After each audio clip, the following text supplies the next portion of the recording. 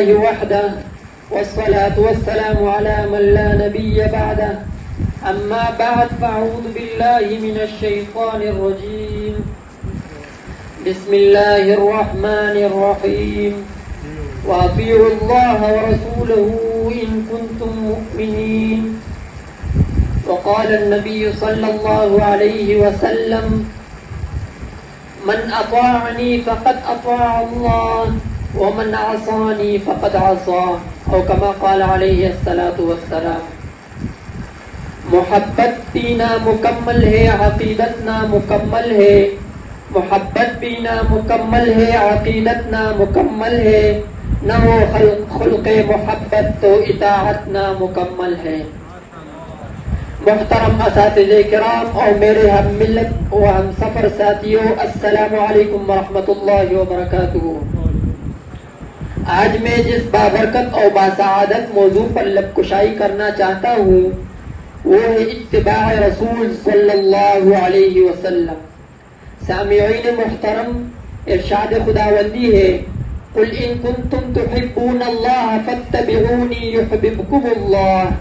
اے میرے محبوب پیغمبر، آپ اپنی امت کو بتا دیجئے کہ اگر تم خدا سے محبت کے دعوادار ہو تو میری اتباع کرو، اللہ تمہیں اپنا محبوب بنا لے گا. اس سے معلوم ہوا کہ اللہ سے محبت کرنے کے لیے، اللہ کے محبوب بننے کے لیے اطاعت رسول صلی اللہ علیہ وسلم شرط ہے. کسی شاعر نے اس نکتے کو اس طرح بیان کیا ہے: محمد کی غلامی دین حق کی شرط اول ہے. محمد کی غلامی دین حق کی شرط اول ہے، اگر ہو اس میں خامی تو سب کچھ نامکمل ہے.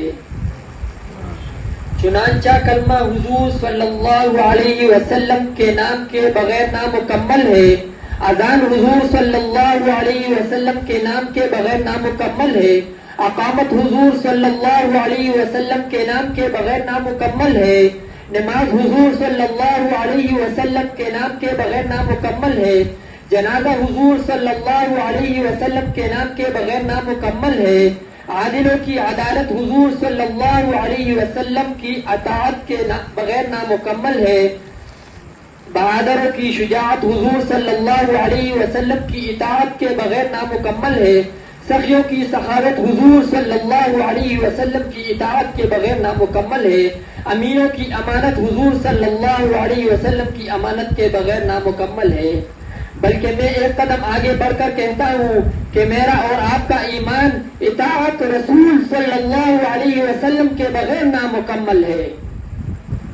گرامی قدر احباب، خالق کون و مکان نے اپنے کلام مقدس میں کئی اطاعت رسول صلی اللہ علیہ وسلم کو ایمان کی نشانی قرار دیا ہے. فرمایا وَأَطِيعُوا اللَّهَ وَأَطِيعُوا الرَّسُولَ إِن كُنتُم مُؤْمِنِينَ، اور کہیں اطاعت رسول صلی اللہ علیہ وسلم کو عظیم کامیابی قرار دیا اور فرمایا وَمَن يُطِعِ اللَّهَ وَرَسُولَهُ فَقَدْ فَازَ فَوْزًا عَظِيمًا، اور کہیں اطاعت رسول صلی اللہ علیہ وسلم کو نزول رحمت کا ذریعہ قرار دیا اور فرمایا وَأَطِيعُوا اللَّهَ وَالرَّسُولَ لَعَلَّكُمْ تُرْحَمُونَ، اور کہیں اطاعت رسول صلی اللہ علیہ وسلم کو اسلام اور کفر کے مابین حد فاصل قرار دیا ہے. حاضرین مجلس غور کیجئے، آج ہم حب رسول صلی اللہ علیہ وسلم اور اطاعت رسول صلی اللہ علیہ وسلم کے نعرے لگا رہے ہیں، لیکن ہمارا بدماش کا طریقہ یکسر غیر اسلامی ہو گیا ہے. بلکہ اس سے بھی آگے نکلنے کی جستجو ہو رہی ہے. سر سے پاؤں تک ایک مسلمان ایک لباس میں ملبوس نظر آتا ہے جو کفار و فسق کا شعار ہے. عورتوں میں عریانی اور بے حیائی کا علل اعلان ہے. گھروں میں موتیوں اور تصویروں کا برمار ہے.